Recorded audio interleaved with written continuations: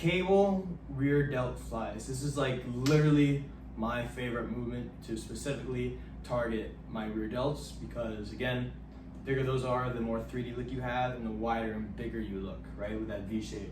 So I like the cable specifically because there's always tension on the cable, right? Which is good because we want that muscle to be firing the entire time.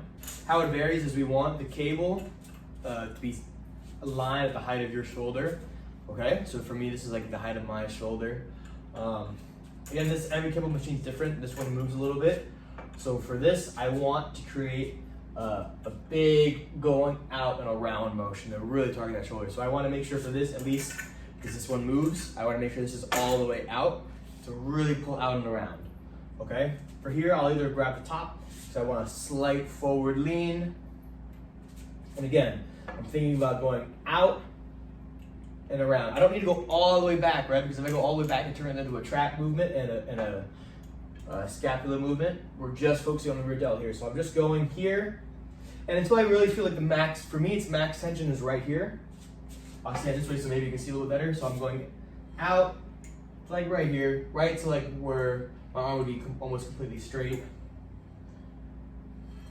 You can kind of see I'm also moving with the movement.